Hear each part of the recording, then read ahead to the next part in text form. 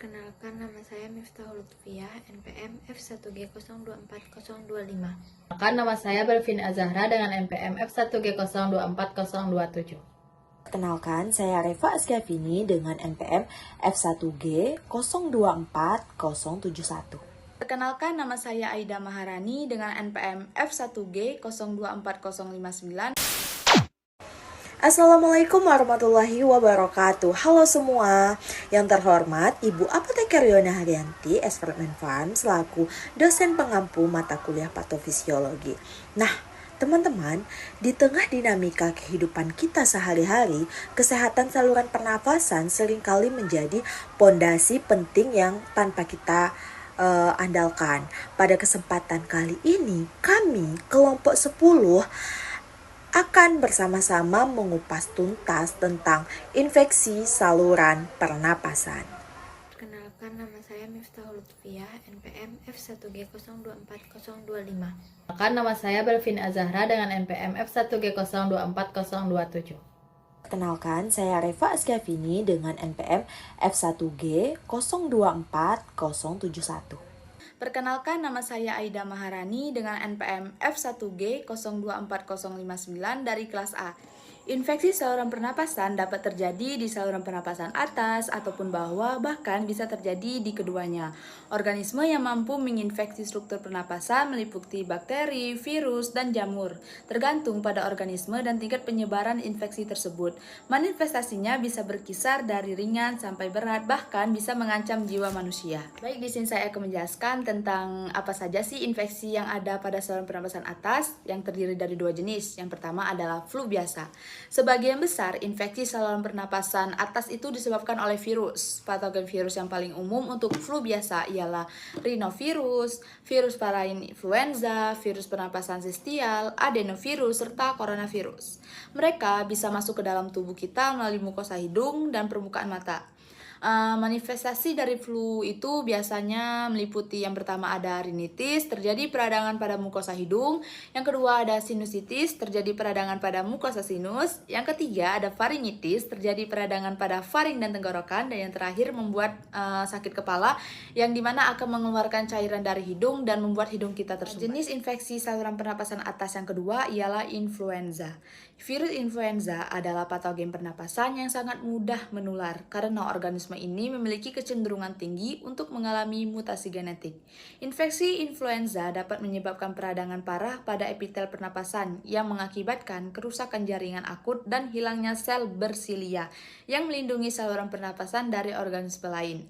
Apa sih gejala-gejalanya? Jadi gejala-gejalanya itu ada beberapa, seperti sakit kepala, demam atau badan menggigil, nyeri otot, keluar cairan dari hidung, batuk tidak produktif, dan sakit. Pengobatan influenza dapat dilakukan dengan beberapa cara, seperti yang pertama istirahat yang cukup di tempat tidur, yang kedua mengonsumsi obat antivirus seperti amantidin yang digunakan secara oral, terus ada penghambat neuraminidase, ada dua jenis, yang pertama zanamivir yang digunakan melalui inhalasi dan oseltamivir yang digunakan secara oral. Yang ketiga ada penggunaan vaksin influenza yang dapat memberikan perlindungan terhadap strain influenza A dan B tertentu yang diperkirakan akan menyebar pada tahun tertentu. Vaksin influenza khususnya diindikasikan pada orang lanjut usia, pada individu yang lemah karena terdapat penyakit lain, dan pada petugas kesehatan. Baik, yang kedua ini saya akan membahas tentang infeksi saluran pernapasan bagian bawah. Ada dua macam penyakit. Yang pertama itu adalah radang paru-paru atau pneumonia. Radang paru-paru itu adalah kondisi yang melibatkan peradangan pada struktur paru-paru bagian bawah seperti alveoli atau ruang interstial. Kondisi ini dapat disebabkan oleh bakteri, virus, ataupun parasit seperti Pneumocystis carini. Ciri-ciri orang yang mudah terkena radang paru-paru ini seperti lansia atau berumur sudah tua, mereka yang terkena infeksi virus, sakit kronis, pasien AIDS atau pasien dengan imunosupresi, perokok aktif, serta pasien dengan penyakit pernapasan kronis. Baik, dari klasifikasi pneumonia itu ada dua. Yang pertama ada pneumonia tipikal dan atipikal. Baik, yang pertama ini ada pneumonia tipikal yang biasanya berasal dari bakteri dan organisme bereplikasi di ruang alveoli. Manifestasi dari pneumonia tipikal ini yang pertama adalah peradangan dan penumpukan cairan, filtrasi dan eksudasi sel darah putih, Ada radiografi seperti demam tinggi, nyeri dada, menggigil, dan malaise hadir. Yang keempat itu adanya sputum purulent, dan terakhir terdapat beberapa derajat hipoksemia. Yang kedua itu adalah pneumonia atipikal yang biasanya berasal dari virus. Organisme bereplikasi di ruang sekitar alveoli. Manifestasi dari pneumonia atipikal itu yang pertama, gejalanya lebih ringan daripada pneumonia biasa. Yang kedua, kurangnya filtrasi sel darah putih di dalam alveoli. Yang ketiga, kurangnya akumulasi cairan di alveoli yang biasanya tidak terlihat pada radiografi. Dan yang keempat, dapat membuat pasien rentan terhadap pneumonia bakteri. Pengobatan yang dapat dilakukan oleh penyakit pneumonia atau radang paru-paru ini yang pertama adalah antibiotik jika itu berasal dari bakteri. Penyedia layanan kesehatan harus mempertimbangkan kemungkinan adanya organisme yang resisten terhadap antibiotik. Yang kedua, terapi oksigen untuk hipoksemia. Dan yang terakhir atau yang ketiga, vaksin untuk pneumonia pneumokokus saat ini tersedia dan sangat efektif. Vaksin ini harus dipertimbangkan pada individu yang beresiko tinggi. Jenis infeksi saluran pernapasan bawah yang kedua yaitu tuberkulosis atau sering disebut dengan TBC. Jadi TBC itu ialah penyakit menular yang disebabkan oleh organisme Mycobacterium tuberculosis M, di mana tuberkulosis ini dikelilingi oleh kapsul luar yang membuat organisme tersebut sangat tahan terhadap kerusakan. Mycobacterium tuberculosis terutama ditularkan melalui jalur udara.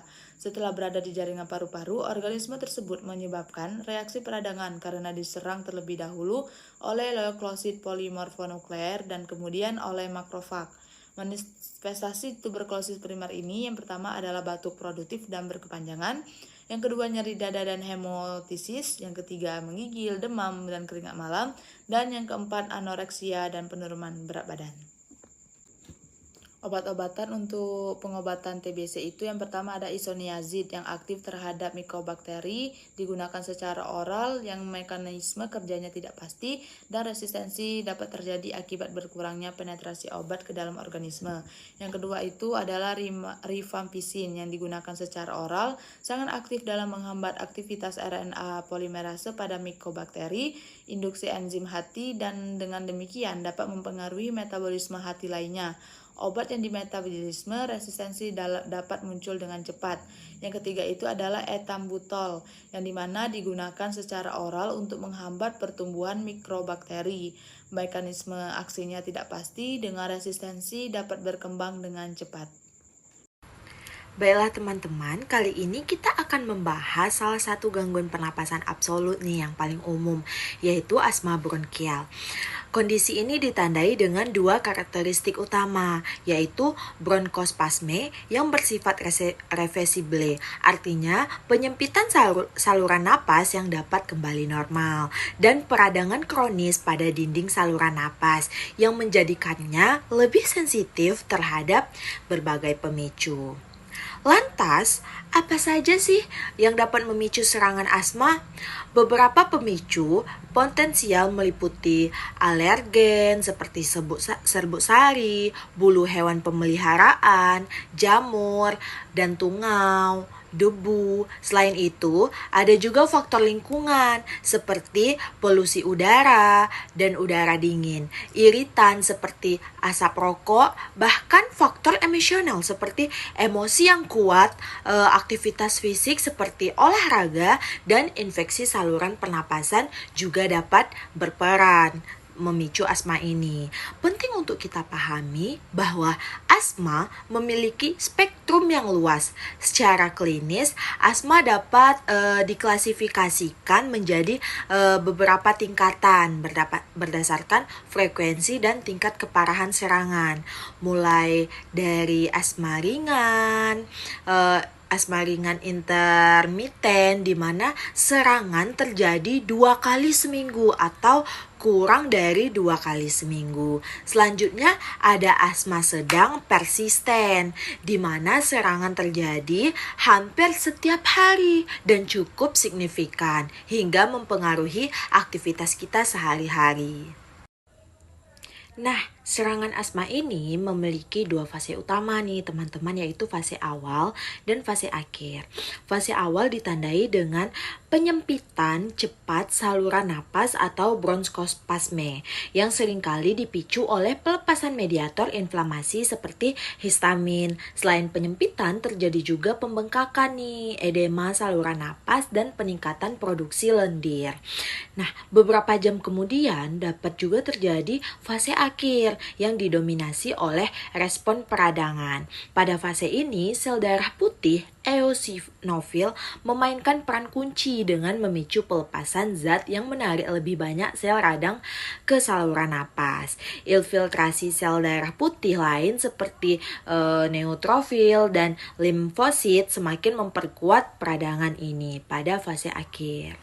Nah, ketika serangan asma terjadi, individu dapat menunjukkan berbagai manifestasi klinisnya.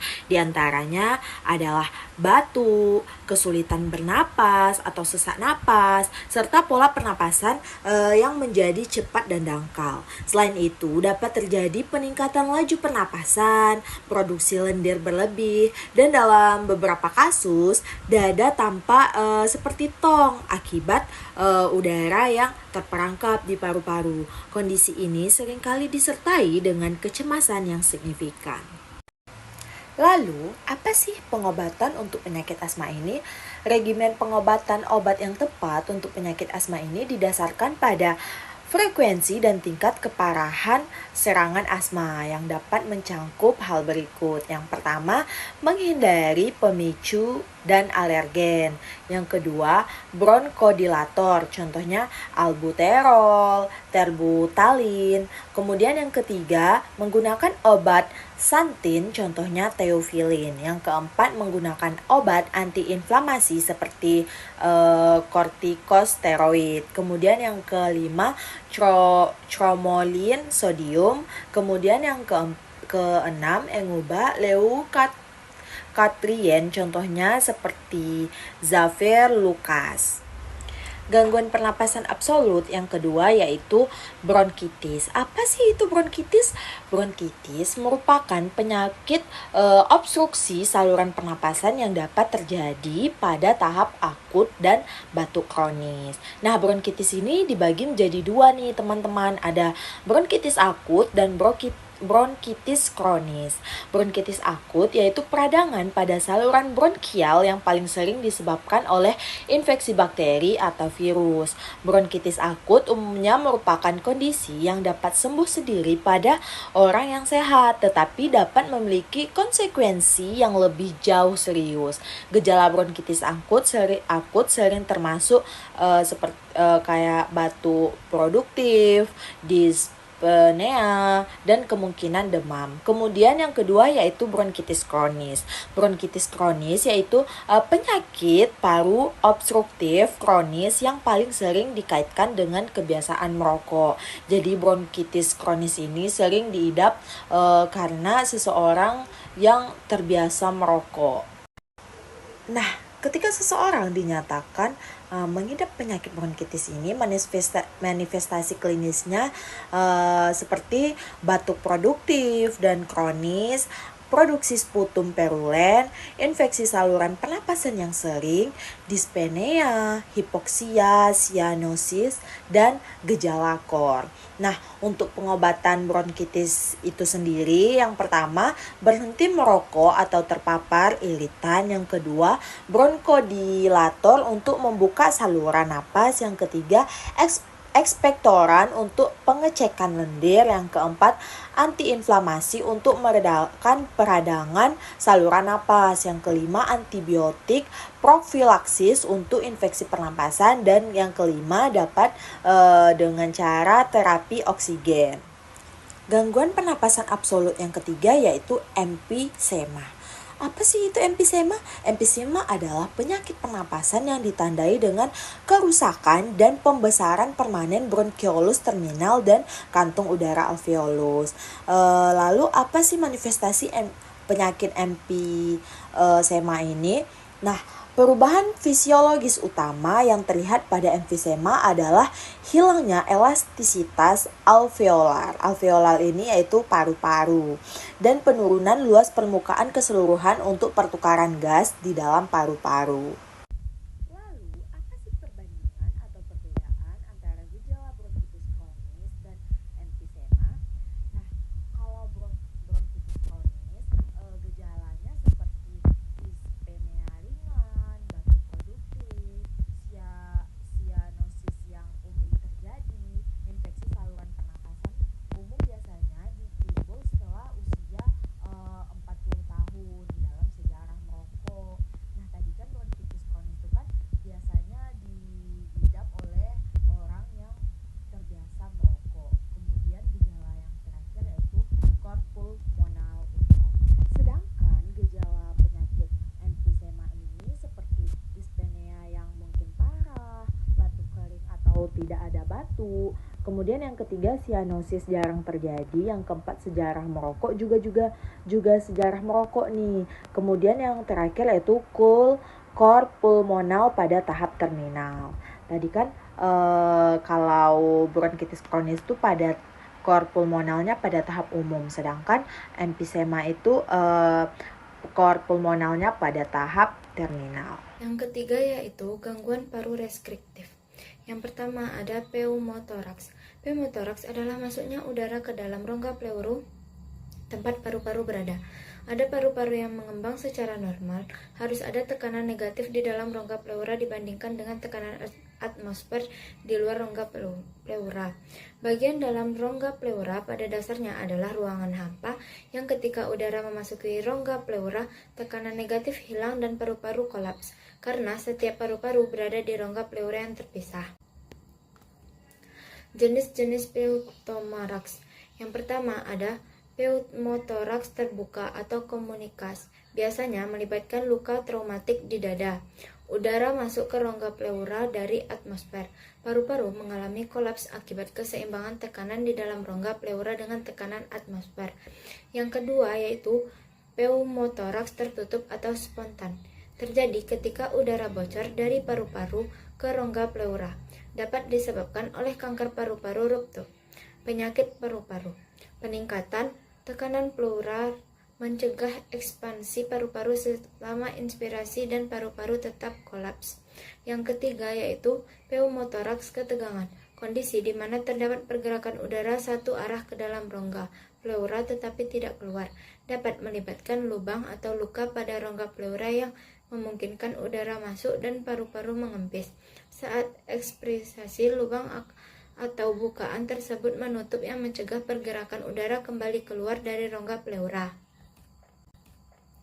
Manifesting pneumotoraks yaitu tachypnea, dyspnea, nyeri dada, kemungkinan kompresi pembuluh darah toraks dan jantung terutama dengan tension pneumotoraks. Yang kedua selanjutnya pengobatan pneumotoraks, pengeluaran udara dari rongga pleura dengan jarum atau tabung dada, perbaikan trauma, dan penutupan lubang ke rongga pleura paru-paru. Yang kedua, atelektasi. Atelektasi merupakan suatu kondisi di mana terjadi pengembangan jaringan paru-paru yang tidak tuntas akibat penyumbatan saluran napas atau kompresi kantung alveolar. Jenis-jenis atelektasis. Yang pertama ada atelektasis absorpsi. Terjadi ketika saluran bronkial tersumbat oleh lendir, tumor, atau edema. Dapat terjadi pada kondisi seperti bronkitis kronis atau fibrosis kritik, di mana terjadi penumpukan lendir berlebih di saluran pernapasan. Yang kedua, atelektasi kompresi. Terjadi ketika jaringan paru-paru tertekan dari luar oleh udara, cairan, darah, atau tumor. Manifestasi atelektasi, dyspnea, batuk, pertukaran gas berkurang. Pengobatan atelektasis, penghapusan penyumbatan saluran napas, penghapusan udara, darah, cairan, tumor, dan lain-lain yang dapat menekan paru-paru jaringan. Ketiga, bronkiektasis. Bronkiektasis adalah kondisi yang disebabkan oleh cedera atau peradangan yang berlangsung lama pada saluran pernapasan. dan bronkiolus. Kondisi ini ditandai dengan pelebaran bronkus atau bronkus yang tidak normal. Kondisi ini paling sering dikaitkan dengan penyakit pernapasan kronis, infeksi, fibrosis kritis, pertumbuhan tumor atau paparan racun pernapasan. Manifestasi utama bronkiektasis adalah gangguan ventilasi alveoli, peradangan kronis, dan kemungkinan fibrosis pada area Baiklah, di sini saya akan menjelaskan materi mengenai kegagalan pernapasan. Gagal napas adalah kondisi yang terjadi saat paru-paru tidak lagi mampu mengoksidasi darah secara memadai atau membuang CO2 darinya. Gagal napas ini dapat terjadi sebagai akibat akhir dari penyakit pernapasan kronis atau juga dapat merupakan kejadian akut yang disebabkan oleh faktor seperti pneumotoraks atau overdosis obat opioid.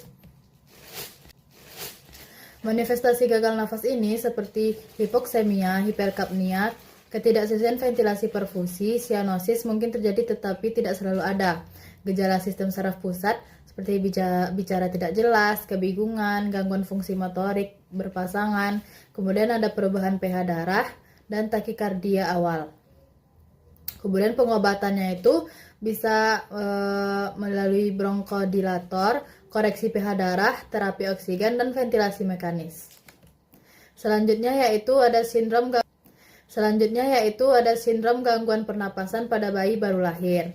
Sindrom gangguan pernapasan pada bayi baru lahir ini sangat berbeda dengan sindrom gangguan pernapasan pada orang dewasa. Gangguan pernapasan pada bayi baru lahir ini sering disebabkan oleh kurangnya surfaktan di paru-paru. Surfaktan paru-paru adalah campuran lipid dan protein yang diproduksi oleh sel-sel tipe 2 di alveoli. Sindrom ini sering terjadi pada bayi lahir prematur.